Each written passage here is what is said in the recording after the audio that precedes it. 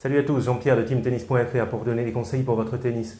Dans cette vidéo, on se retrouve pour le test de cette raquette, c'est la Tecnifib T-Flash 300 Power Stab. Je vous laisse regarder un extrait du test que j'ai fait de cette raquette sur le terrain et puis je vous en parle tout de suite.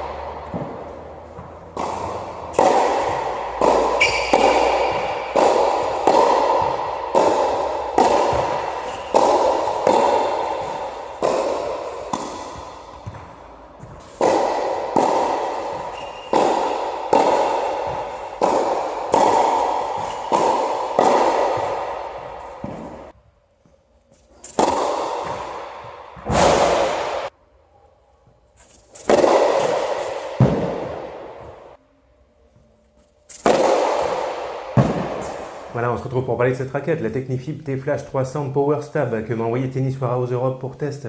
Avant de démarrer, si vous avez des achats de matériel de tennis à faire, je vous invite à aller sur le site Tennis Warehouse Europe avec lequel je suis partenaire en cliquant sur un lien partenaire que j'ai avec ce site qui s'affiche par exemple en cliquant sur le petit i ici. En utilisant ces liens, vous indiquez à Tennis Warehouse Europe que vous venez de ma part et ça m'aide à continuer les vidéos que je fais sur YouTube. Allez, on y va, on parle de cette raquette, la Tecnifib T-Flash Power Stab 300. On regarde les caractéristiques techniques de la raquette, je vous parle de mes sensations de jeu, et puis je vous parle aussi des nouveautés qu'il y a sur cette raquette. Allez, on commence par le poids. La raquette, elle fait 300 grammes non cordés, environ 316 grammes cordés. Cordé ici avec un cordage en monofilament, je ne connais pas le nom. Je vais le demander à Tennis Warehouse Europe au retour des raquettes, et pour ceux que ça intéresse, je mettrai le nom dans la description de la vidéo. Pour ce qui est de l'équilibre de la raquette, on est sur un équilibre à 32 cm raquette non cordée. C'est vraiment un équilibre qu'on voit très souvent pour des raquettes qui pèsent 300 grammes, équilibre assez neutre. Mais moi, en jouant avec la raquette sur le terrain, j'ai eu un très léger ressenti d'équilibre en tête de raquette. Après, pour ce qui est de la taille du tamis, on est sur un tamis en 645 cm². C'est un moyen tamis un petit peu grand, donc c'est des tailles de tamis qui commencent à donner de la puissance facilement. Avec un plan de cordage 16 par 19. Un plan de cordage 16 par 19 sur un tamis en 645 cm², à la base, c'est quelque chose de vraiment polyvalent, relativement puissant, qui permet de mettre de l'effet lifté facilement. Mais il ne faut pas s'arrêter là. En fait, si on fait une comparaison, par exemple, avec cette raquette, la nouvelle Edge Extreme MP, même chose, tamis 645 cm², plan de cordage 16 par 19, mais avec un espacement entre les cordes qui est un tout petit peu plus important et qui va permettre de mettre de l'effet lifté encore plus facilement. Donc ça, pour cette Tecnifib T-Flash Power Stab 300, c'est une raquette qui est polyvalente, qui va donner de la puissance facilement, qui va permettre de mettre de l'effet lifté facilement, et par exemple pas autant que la Edge Extreme MP.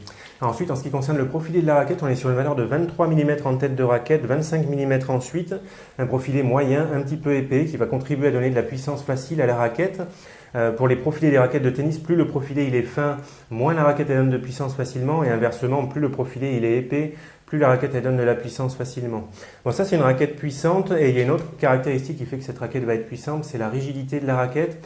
Rigidité de 71, c'est relativement élevé. Ça contribue à donner donc de la puissance facile à la raquette. Les raquettes rigides elles donnent plus de précision latérale, on va dire, parce que le cadre se déforme moins à l'impact. Et les raquettes rigides, en fait, bon ça on ne le sait pas forcément, mais parfois quand on joue très lifté, elles peuvent donner un petit peu moins de sensation parce qu'une raquette rigide, en fait la balle va ressortir plus rapidement du cordage qu'avec une raquette souple. Et donc avec une raquette plus souple, on peut avoir l'impression que la balle reste plus longtemps en contact avec les cordes. Et ça c'est une sensation qu'on peut rechercher quand on joue très lifté. Bon, ça c'est une raquette donc finalement qui donne de la puissance facilement mais qui reste très polyvalente avec un accès au lift qui est très correct. Allez, maintenant, on va faire le tour des nouveautés qu'il y a sur cette raquette de tennis. On va commencer par la technologie PowerStab. PowerStab, c'est deux choses. C'est la forme du cadre ici qui a été modifiée. Au lieu d'être arrondi, ça fait des angles là. L'objectif, c'est d'avoir des cordes verticales au centre qui sont plus longues et donc cordes plus longues qui vont donner plus de puissance facilement.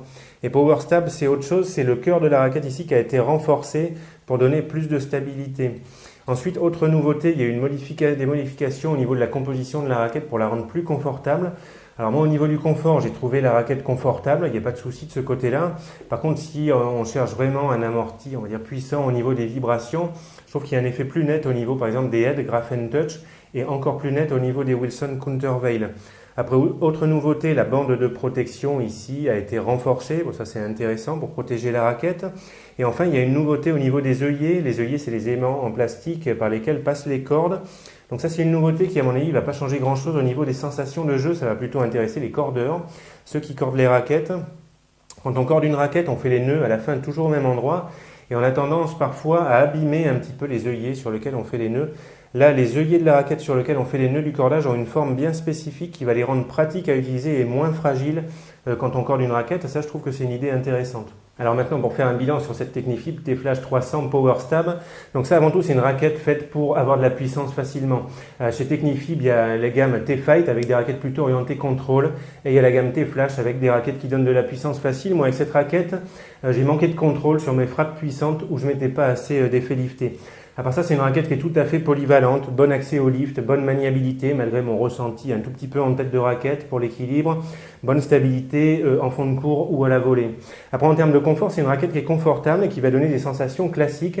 On va pas avoir une impression de frappe feutrée comme on peut avoir un petit peu l'impression sur les Head Graph & Touch ou encore plus l'impression sur les Wilson Countervail.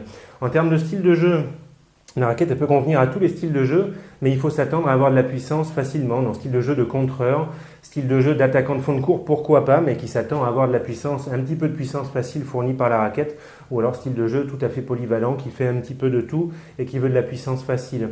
En termes de niveau de jeu, ça peut être très variable. En fait, cette raquette elle peut convenir en 4e série, mais attention parce qu'elle fait 300 grammes. Donc il faudrait voir entre 285 et entre 300 grammes si vous êtes en 4e série, 3e série. Après, fin de 3e série, seconde série, ça me paraît bien correspondre au niveau du poids. Pour les dames, ça me paraît plutôt intéressant pour des joueuses qui sont en seconde série. Avant, ça risque de faire lourd. Et quoi qu'il arrive, pour être sûr, je vous conseille vraiment de tester les raquettes avant achat. Voilà, j'ai fait le tour pour cette raquette. Si j'ai oublié des choses, n'hésitez pas à poser moi les questions en commentaire de la vidéo. Je vous dis merci d'avoir suivi la vidéo. Bon tennis à tous et puis à bientôt pour de nouvelles vidéos. Allez, ciao!